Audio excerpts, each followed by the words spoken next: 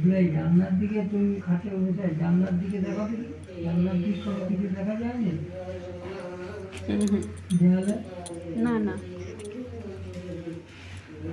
জানলার দিকে থাকে, জানলায় হয়তো মশারি টশারি ঘুরে হয়, তখন যদি মশারি ধরে চলে আসে।